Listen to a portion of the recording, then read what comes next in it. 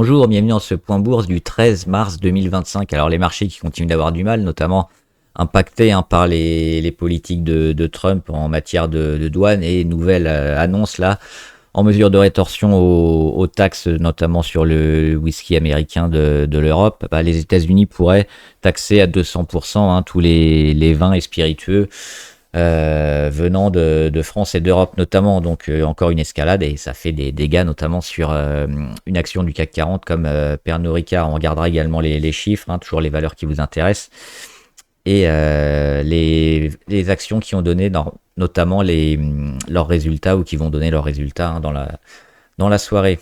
Avant de commencer, comme d'habitude, je rappelle que les informations et analyses données sur cette chaîne sont données à titre indicatif et ne peuvent pas être considérées comme un conseil en investissement. L'investissement en bourse est risqué, vous êtes responsable de tous les investissements que vous faites. Alors quelques chiffres, notamment aux États-Unis, on a la confirmation que ça ralentit, notamment avec la production industrielle qui revient neutre. Alors on était déjà en négatif, alors ça c'est en Europe, pardon. La production industrielle qui revient neutre en Europe, alors qu'on était en négatif, mais surtout aux États-Unis, le prix à la production, donc ça mesure, c'est un marqueur de l'inflation également. Et le prix à la production en mensuel, on était à plus 0,4 le mois dernier. On visait plus 0,3 et on est à 0. Donc on a un prix à la production qui a stagné aux États-Unis, donc pas d'inflation. C'est le symbole, un de plus que l'économie américaine a du mal. On vend beaucoup quand même dernièrement parce que aussi on était sur des niveaux de valorisation élevés. L'inflation va quand même en prendre un coup dans le nez, c'est plutôt bien parce que c'est ce qu'on voulait au niveau des États-Unis qui avait une inflation beaucoup trop importante, mais on a toujours le ralentissement et les problèmes de politique de Trump qui mettent les marchés un peu dans le rouge. Donc, et pour finir, inscription hebdomadaire au chômage, on est revenu comme attendu autour des 220 000, un peu comme d'habitude. Le Dow Jones qui perd environ 1% autour des 41 000 ou 40 900.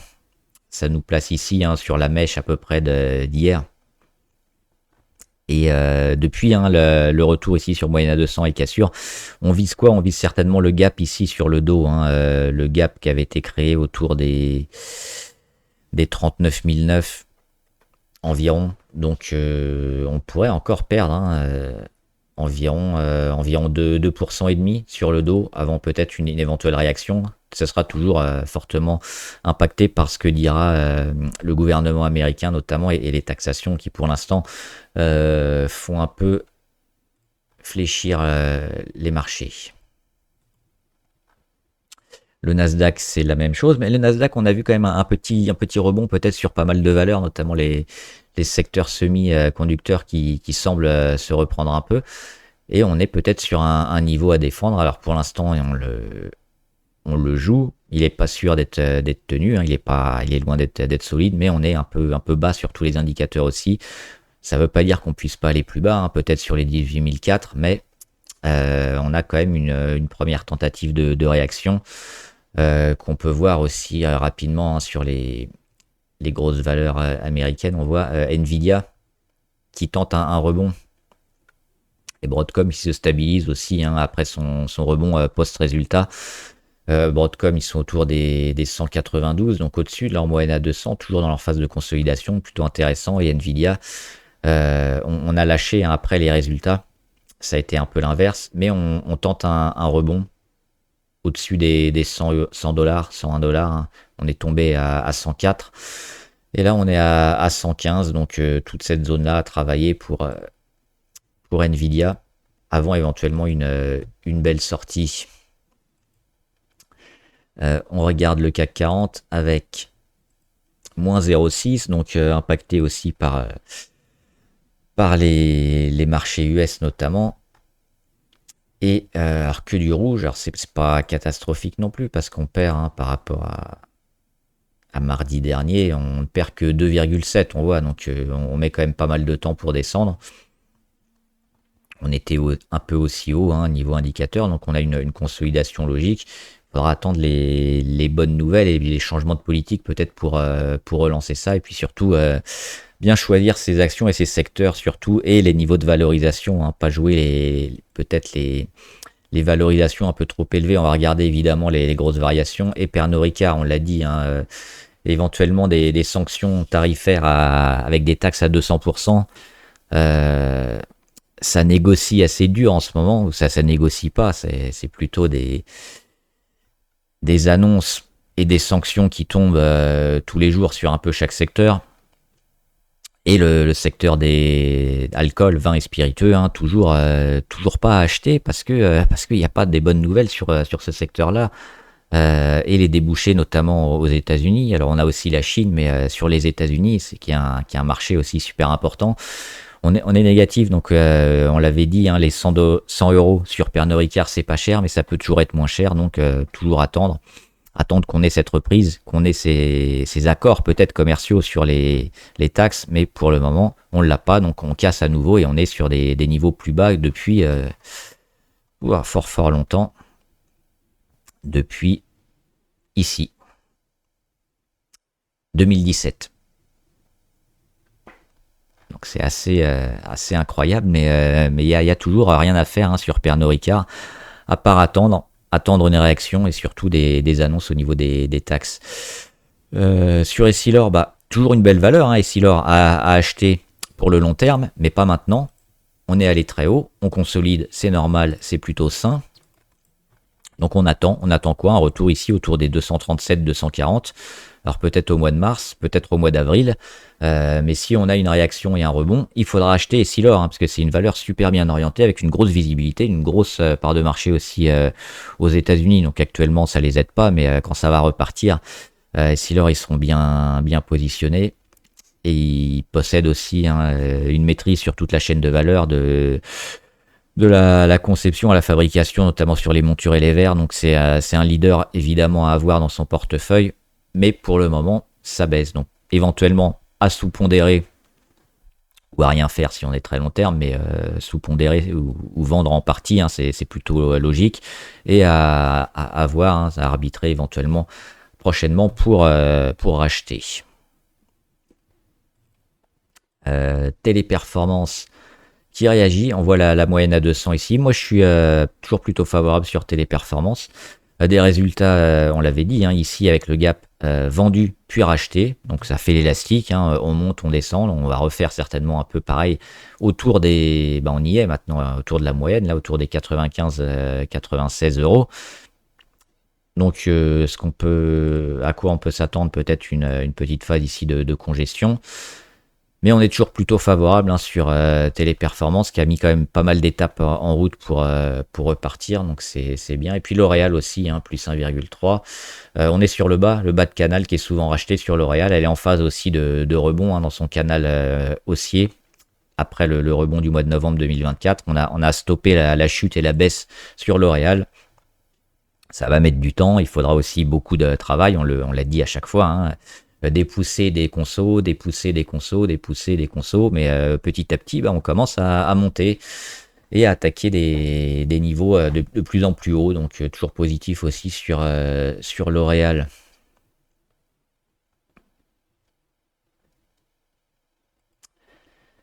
Et avant de voir quelques valeurs abonnées, je voulais voir, il y avait 2-3 valeurs qui pouvaient peut-être se suivre. Alors, c'est spéculatif à ce stade, hein, c'est baissier, donc on se rue pas dessus avec 10% de son portefeuille. C'est Ballard, notamment aux États-Unis, c'est sur l'hydrogène. On le voit, le graphe il est horrible, mais qu'est-ce qu'on voit? On voit quand même une poussée de volume super importante depuis fin décembre 2024, début 2025, et des volumes qui sont soutenus, hein, par rapport à ce qui se faisait avant. Ce qu'on peut espérer, c'est quoi? C'est qu'on ait atteint aussi un bas de cycle et que les investisseurs, notamment les institutionnels et ceux qui jouent un peu justement ces grosses tendances, ces méga tendances, ces cycles qui prennent au début avec des gros investissements, soit en train de se placer sur Ballard pour un retour de l'hydrogène. Déjà, il y a une capitalisation qui a fondu. On le voit, hein. Sur Ballard, alors on a eu la hype hydrogène, hein, pendant un moment. On en est revenu parce que la technologie est compliquée et pour l'instant il n'y a pas assez de financement et pas assez de développement, mais c'est quelque chose vers lequel on va, hein, l'hydrogène. Alors peut-être que les petites valeurs et les entreprises qui ont eu du mal à résister vont disparaître, certaines vont se faire racheter avec des OPA, les plus grosses vont survivre, mais c'est un secteur qui sera quand même très important, l'hydrogène. Donc au niveau de Ballard, ça baisse, ça baisse, ça baisse, hein, ça valait quelques dizaines, puis quelques dollars seulement. Là, on est autour des 1 dollar. On le voit, 1,23 $, le plus bas de novembre. Le rebond, où on vient frôler toujours les moyennes les plus hautes, mais on n'arrive jamais à les dépasser. Hein. Hop, échec, échec, échec, échec. Là, on l'avait dépassé une journée. Donc, on revient le frôler ici sur les deux. On fait une sorte de pyramide hein, qui est plutôt intéressante. C'est-à-dire quand on revient un peu tester ces zones-là, et on voit que c'est racheté. C'est racheté assez fort, hein, les 1,23. Alors, on avait passé une journée en dessous, mais derrière, boum, chandelier vert, c'est racheté. Ça tente aussi d'accumuler sur ces niveaux-là. On est parti un peu ce matin aux États-Unis. Cet après-midi en France, on revient un peu, mais on voit que finalement, il n'y a plus trop de vendeurs. Donc éventuellement, spéculatif, attention, hein, mais peut-être le début de la recovery sur certaines valeurs de l'hydrogène, et peut-être Ballard Power System aux États-Unis. Ça se surveille parce que volume, parce que double bottom ici sur les 1,23. Donc on ne serait pas surpris de commencer à avoir un canal haussier qui se met en place sur Ballard. Voilà, c'est une idée d'investissement. On a aussi quelques résultats hein, qui sont tombés ou qui vont tomber, notamment Ruby à suivre. Hein, Ruby toujours positif. Alors on attendra la réaction du marché hein, sur les résultats, mais pour l'instant on le voit, le canal haussier intéressant, et puis le travail autour de la moyenne la plus longue. On a cassé ici hein, sur les 24,9 et pour l'instant on le tient. On va nettoyer un peu. Donc oui, toute cette phase-là, hein, plutôt largement positive sur Ruby. Alors attention avec les résultats hein, qui peuvent être un peu survendus des fois, mais c'est plutôt toujours favorable, hein, selon moi, pour aller combler le gap et mettre une belle tendance sur le gaz. Hein, donc Ruby, si on n'a pas de mauvaise surprise, si le marché bazarde pas demain, on a la confirmation d'une tendance toujours positive sur Ruby. On avait aussi Virbac qui doivent donner leurs résultats aujourd'hui.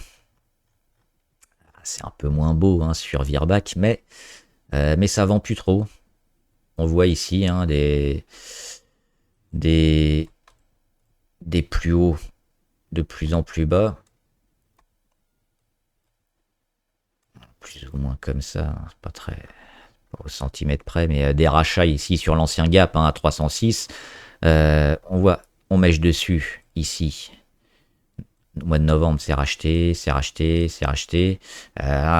peu en dessous, mais derrière, ça rebondit. Là aussi, pour l'instant, c'est pas totalement perdu. Hein. On rachète constamment les 306 sur Virbac. Donc, on verra aussi la réaction du marché demain et la semaine prochaine, du coup.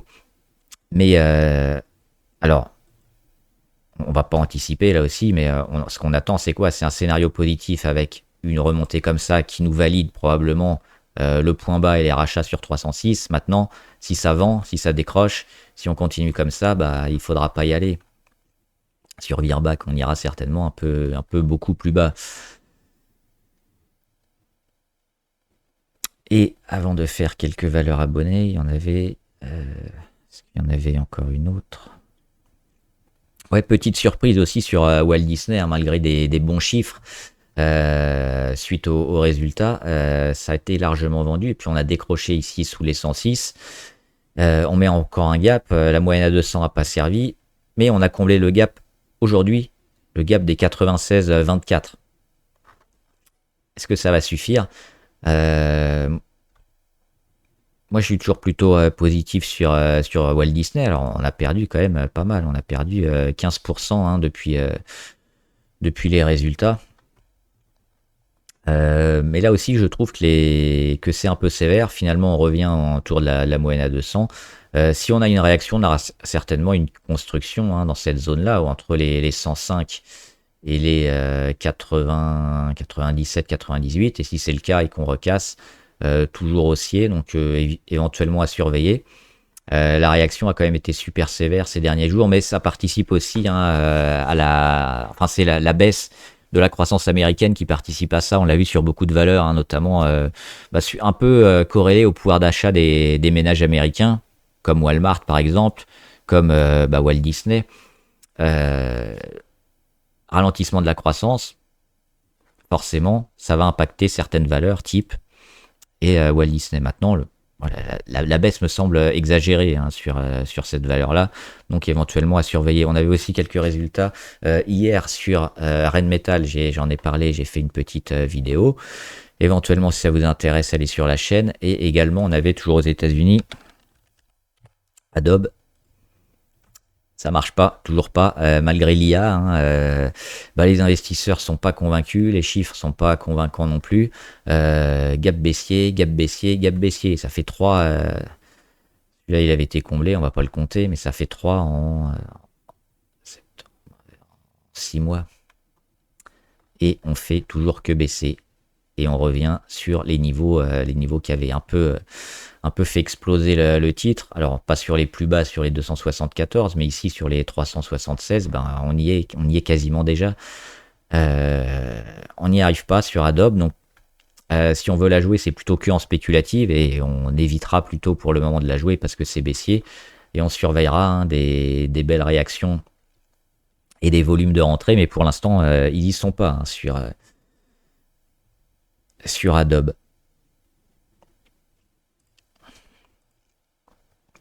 Et je voulais voir aussi, c'était sur Intel.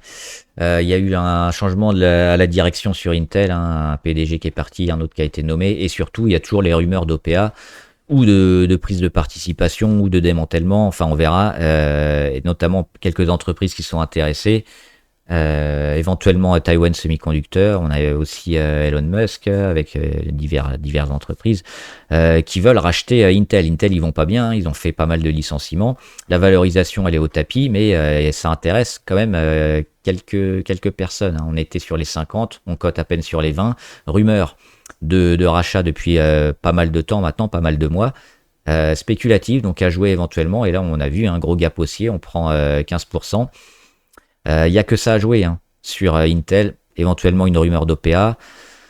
Donc plutôt jouer le bas quand on est sur les 20 et puis essayer de jouer les 25-30. Ça peut être quelque chose à faire éventuellement. Et puis Voltalia avait donné ses résultats aussi, mais on voit ça n'a pas été apprécié. Boum, gros chandelier rouge, moins 8%. Mais dans une optique long terme, on le voit, c'est pas dégueulasse comme graphe. Hein. C'est long. Ça travaille, ça met du temps, mais le jour où on sort par les 8, 8,5, 9, ça repart. Et sur beaucoup de valeurs, ça peut repartir. Il y avait aussi, oui, c'est celle-là que je voulais voir. SolarEdge aux États-Unis. On en a parlé, elle avait explosé hein, sur résultat.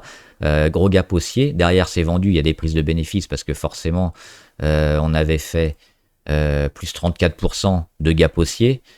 On revient finalement sur des niveaux d'avant résultat, mais on le voit, hein, le retournement et les plus bas, ils sont probablement actés sur les 10. Et là, on a un petit canal haussier aussi qui est en train de se mettre en place. Donc, pas mal de valeurs comme ça, énergie renouvelable, énergie verte, hydrogène, solaire. Ça frétille un peu, ça intéresse. Donc c'est à voir, c'est à surveiller, éventuellement acheter sur une petite ligne. Et les valeurs abonnées, on avait Hoffman, Green Ciment. Moi je suis toujours positif, je suis toujours dessus. Je vise toujours plutôt le moyen long terme, c'est sur les ciments bas carbone. Donc là aussi, hein, les ciments, on en a besoin. Les bas carbone, ça va être obligé pour beaucoup, sinon ils sont obligés de payer aussi des taxes en plus, donc plutôt favorable. On a quelques gros pics de volume. On a eu la réaction qu'on espérait hein, sur les 4, parce que sous les 4, on n'aurait pas été très bien. On a eu la réaction avec les volumes, les rachats.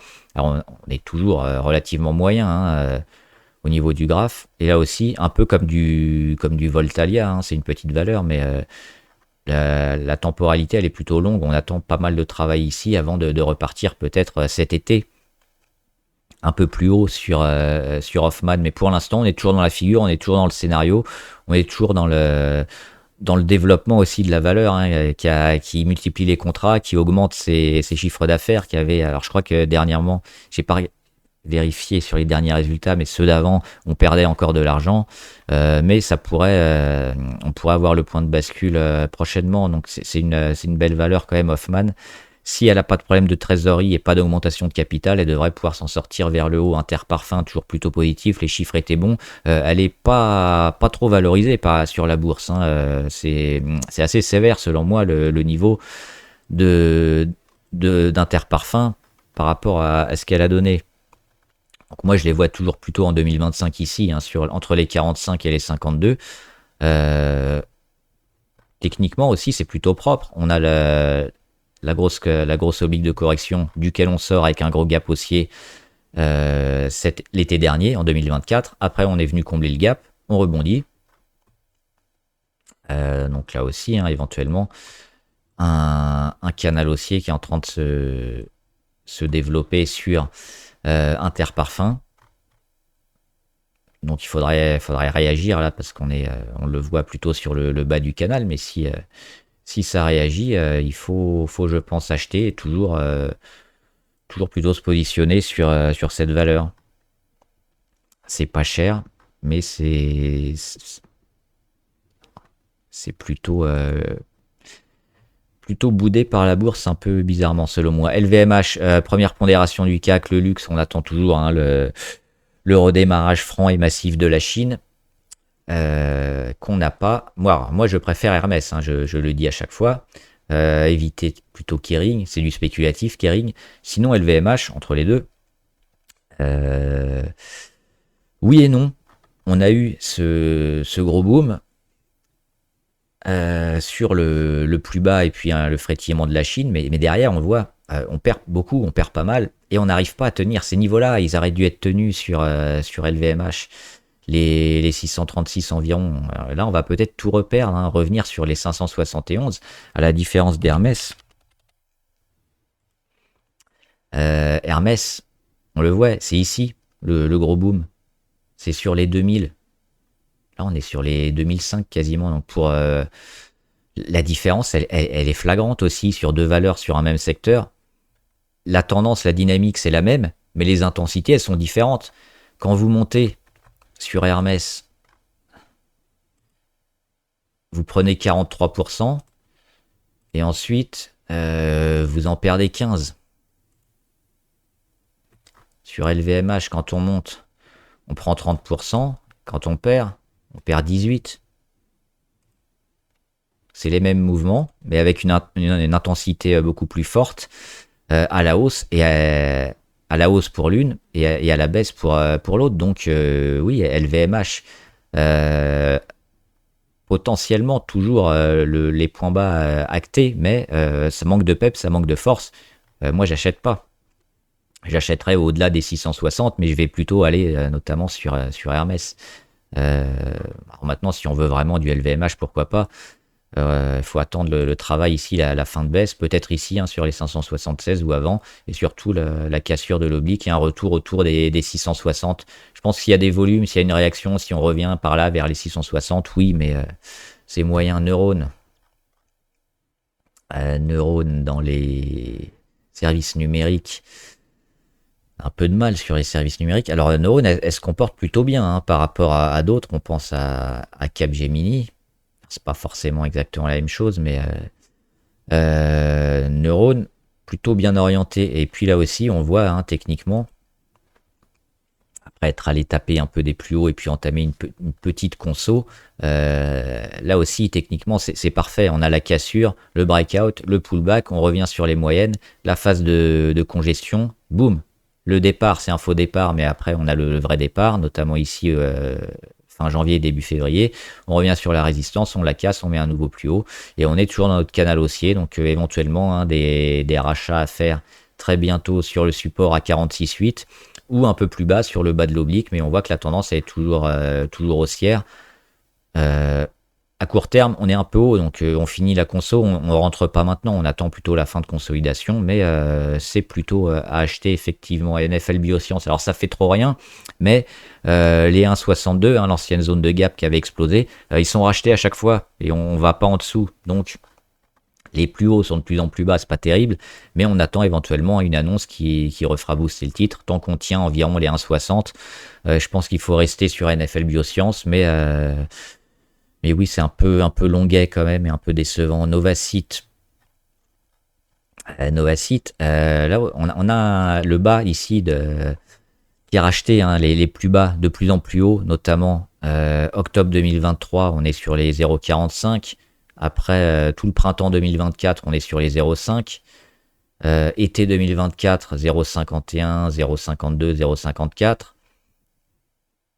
Décembre 2024, on est sur les 0,54, 8. Et là, on est en train d'accumuler sur les 0,58. Donc, on voit que ça monte, ça monte, ça monte. Faut acheter plutôt le bas, hein, sauf si ça craque fortement, il faudra partir. Mais là, on est plutôt dans une zone qui s'achète sur Novacite. Pré-explosion. Hein. Les plus hauts de plus en plus bas, les plus bas aussi en moyen terme. La phase de congestion. On peut s'attendre à une poussée assez forte. Alors, pas trop forte, ça remet à plus tard ses moyens, mais éventuellement, hein, une grosse poussée, ça serait pas surprenant sur Novacite. Donc éventuellement, oui. Et puis les 0,700 environ, hein, 0,07, 0,75 à dépasser pour aller chercher vraiment quelque chose d'un peu plus fort. Et une dynamique importante sur Novacite. Voilà, j'espère que la vidéo vous a aidé. N'hésitez pas à me dire ce que vous en pensez, les valeurs qui vous intéressent, les valeurs que vous voulez acheter, les questions si vous en avez. J'y répondrai. Bon trade, à plus.